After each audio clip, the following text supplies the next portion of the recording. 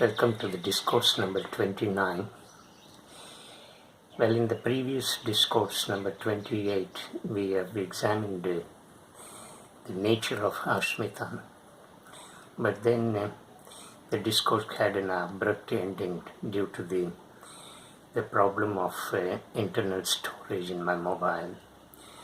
Well, let's continue the discussion in this Discourse too. What we have learned that there is consciousness. The consciousness loses its primeval beauty of its independent self-existence once it comes into contact with the matter, or once it expresses itself in and through the matter. But the matter is not different from the consciousness. It is all Leela. How the matter has come into existence is beyond our capacity of understanding. But we can say that it is a Leela, the Leela of consciousness, the Leela of Chit. So therefore you see the matter. But the problem here is, as long as matter is separated from consciousness, the misery starts. Once the matter is identified with the consciousness, the misery disappears. Now, again here, the complexity is because we as human beings are more identified with ourselves, and this is the matter. So the body is a matter, the mind is a matter at a subtler level. So we become more identified with this, and therefore we cannot experience that state of pure consciousness, and therefore it results in klesha or pain. Well, let's examine the operation of Asmita at the individual level. Well, at our level, we have the body. This body is gross. Simply it is because gross, it cannot penetrate into that state, because this is the greatest obstacle, and we identify more and more with this physical form, and this physical form is visible, and inside this physical body we have the invisible organs, and the one organ is mind. The mind is invisible, but then the mind operates at a subtle level, and we identify it with all its components. What are the components of mind? Manas, ahankara, buddhi, imagination, and so on. Now, since we identify more with these various components of mind, we are more and more separated from that state of pure consciousness. We think that this body is real. We think this mind is real. We think that our feelings are real. Our emotions are real. We think our thinking is real. We think that the knowledge generated by this mind is real, and so on. So we keep on identifying ourselves with one aspect after another of this body-mind complex, and therefore the more we identify ourselves with this body, mind, and complex, we are separated from the consciousness. And this long separation results in misery. The more we identify with this organism, the gap between this organism and the state of pure consciousness widens, and therefore we are experiencing pain. Now, how it works at this level? We have two organs, external organs and internal organs. The external organs of the human body are represented by sense organs. Now, what is the function of the sense organ? The sense organs merely transmit the data to the brain cells. Now, we have the inside organ. We are more concerned with the mind.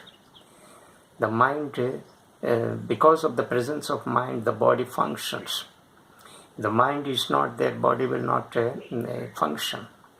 Therefore, mind is our center point of our concern. So let's examine how this works here. But this mind works at a subtle level. We cannot see it, but we can experience its consequences. So once the data is transferred by these sense organs to the brain cells, it is subjected to a kind of process, and it results in the first case in the form of response, in the form of emotional response or emotional reaction to the object or thing outside in the world. So the first result of this process of the data in the brain cells takes place in the form of response or reaction. Now this response and reaction is purely emotional, right? And this emotional response to the outside world, the objects and things in the outside world, constitute what we can call the first aspect of mind, that is manas. The manas is the one which responds instantaneously, immediately. Now this kind of response reaction takes place automatically, and what happens thereafter? These experiences are recognized. When these experiences are recognized, they are stored in the subconscious state in the form of impressions called as subliminal impressions, and in Sanskrit we have identified them as samskaras. Now these samskaras in turn form our character. In other words, we derive our character from these subliminal impressions, and that is how ahankara is produced. Ahankara is nothing but egocentric personality. So this egocentric personality is formed from these subliminal impressions. Now there is one more intervening agent, and that is called buddhi, that is intellect. What is the function of this buddhi? The function of buddhi is to reason out the input that is given by this brain cells. Now remember, the data that is transmitted by the sense organs is in the indeterminate state, and when it is taken to the brain cells, it comes first in the form of instant emotional response or reaction, and this is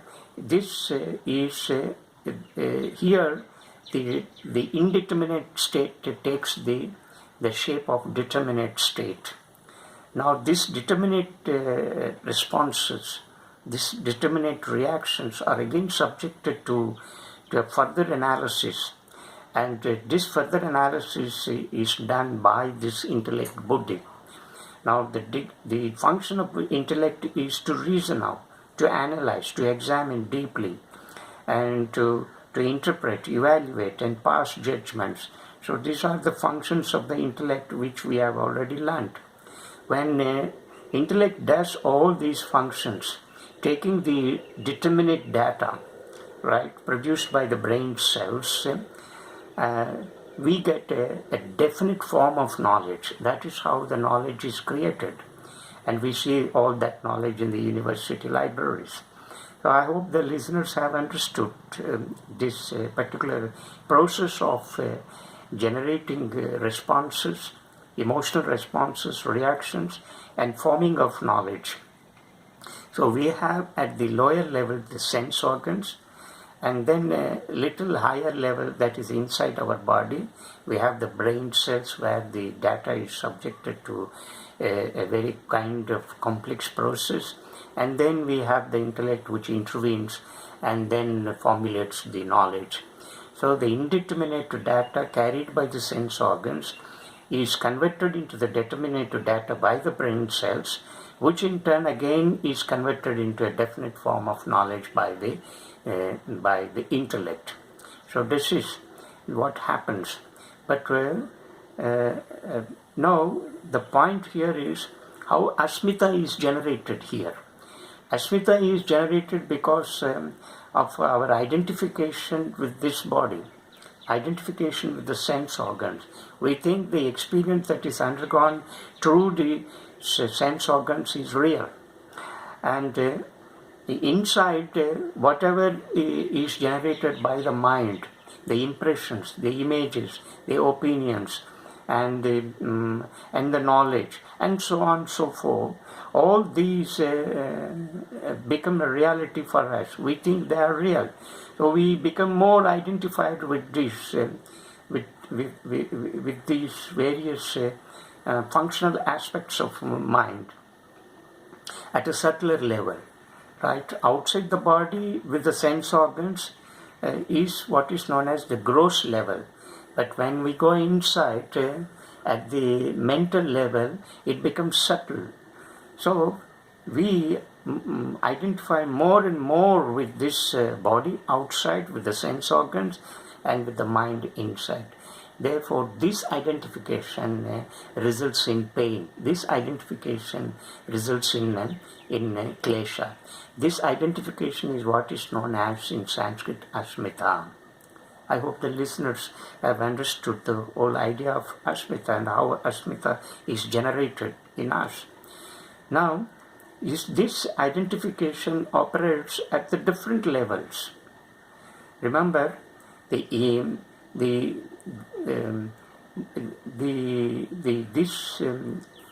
operation of identification at different levels makes the very identification more and more complex, and it in turn creates the avidya and then maya, and all these avidya, maya, and asmita are interrelated. They are not separate.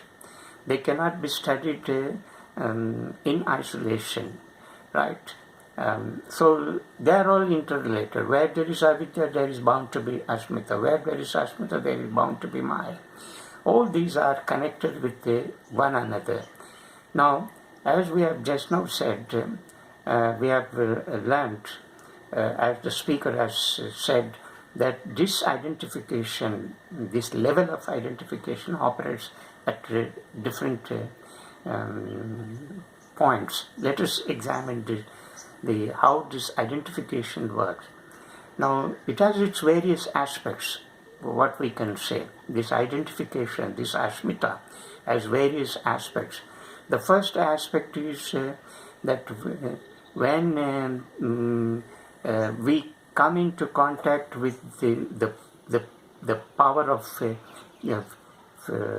feelings, that is, when this identification takes place on the vehicle of power and feelings, what happens? It generates a kind of sensation, and with that sensation we identify ourselves. Take for instance, when we say I see. Let's take this example, I see. Now what happens in this kind of example, I see, the idea of seeing is produced in the body, which in turn is conveyed through the organ that is eye. And the indwelling entity within, right? The indwelling entity merely identifies with the act of seeing, nothing else. And that is why we have the panoramic sight before our eyes. This is one level of operating of this asmita. Now, on the a little higher level of vehicle, asmita becomes compound, little complex. Say, for instance, when we say I have a headache, When we say I have a headache, as a kind of disorder is produced in the brain, and the brain, this disorder on the next vehicle produces some kind of sensation and feeling of pain, and the indwelling entity identifies itself with only that sensation and feeling generated on the higher vehicle, which received that kind of disorder from the brain cells. So therefore, the indwelling identity simply identifies only with that feeling, and that feeling here is the pain, and therefore we say we have a pain. So this is how Asmita in its most complex form works at a different, with the combination of 2 or 3 vehicles inside our body. Similarly, Asmita also operates when it comes into contact with various objects and things in the environment. So Asmita includes, the identification also includes the objects and things outside of our body. That is, they are all seen in the environment. And this identification with the objects and things will create a lesser or greater degree of the Asmita, right? So, for instance, say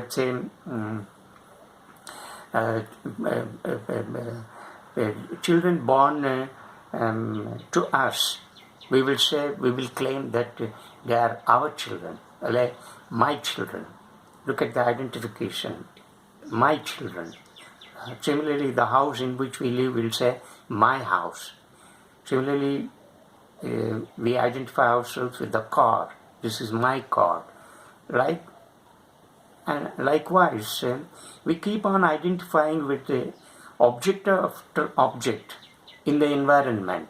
This is how the Asmita operates at a different level outside. So look at how identification gets strengthened.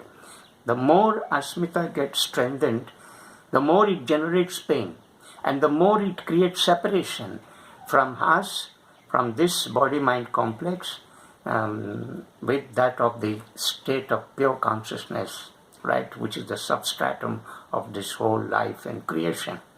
So this separation is widened because of our identification not only with this physical form, but also with the mind that operates at different levels in our inside the body.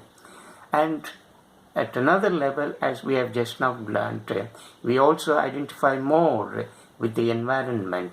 So this is the way how we accumulate our identification. So identification gets multiplied. It gets multiplied, at the same time it gets strengthened. And the more we identify with the body, with the mind, with the outside environment, what happens?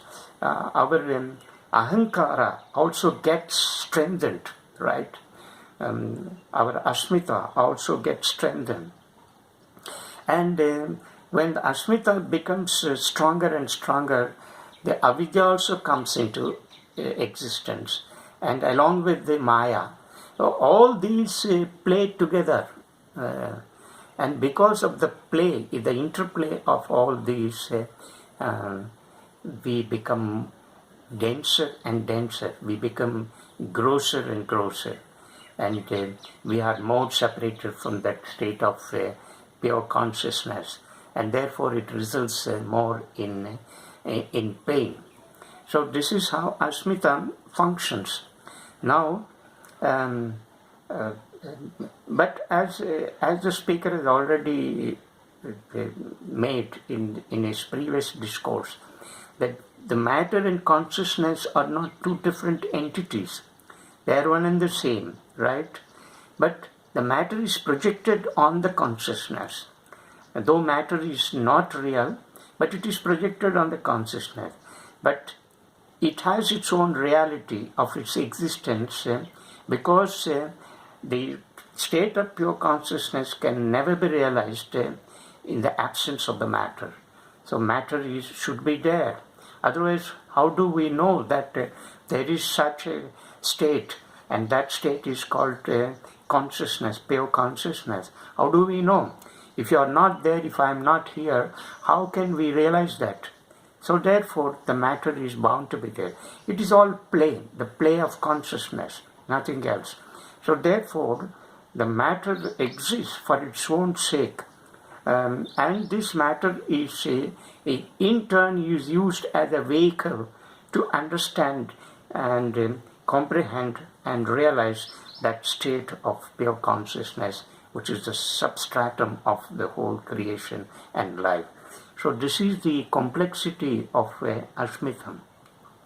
So we have already seen that how avidya is likened to the trunk, to the root of a tree.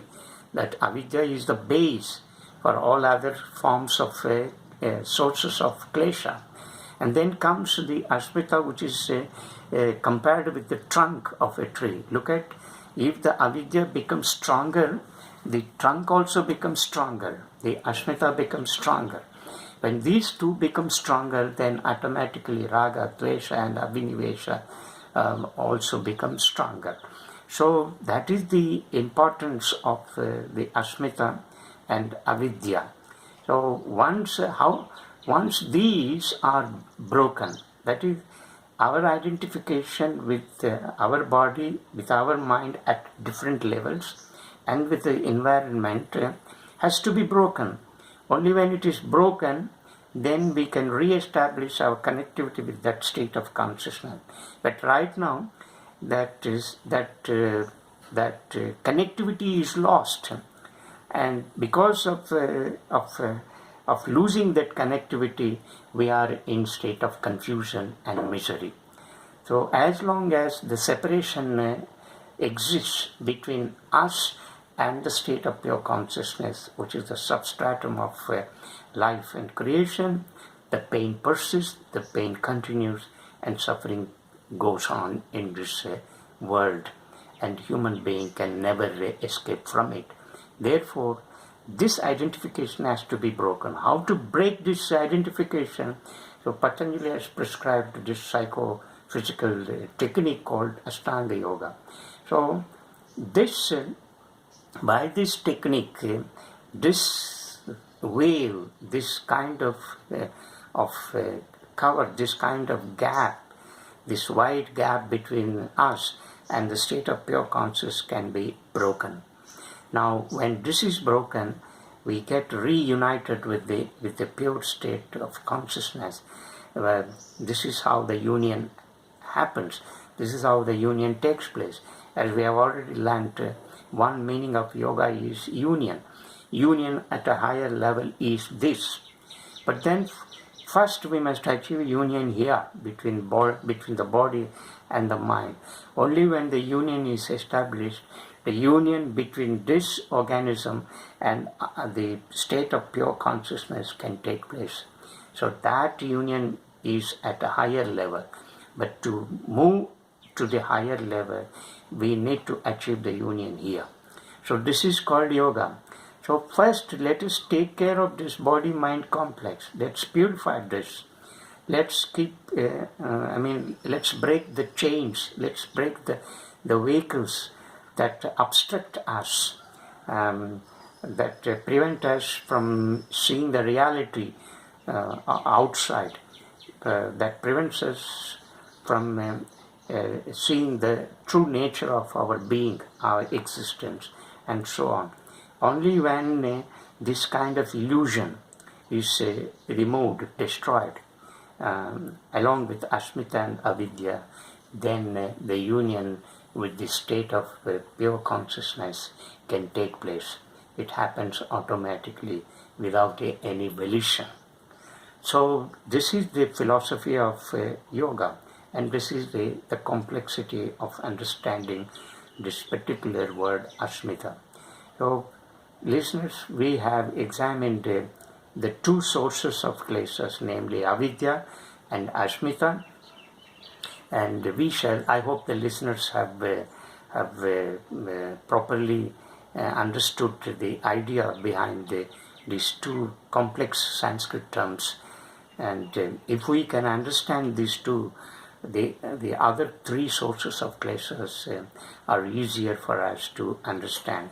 So in our next meeting, in our next discourse, we shall take up those three sources and we shall examine them in detail. Namaskar.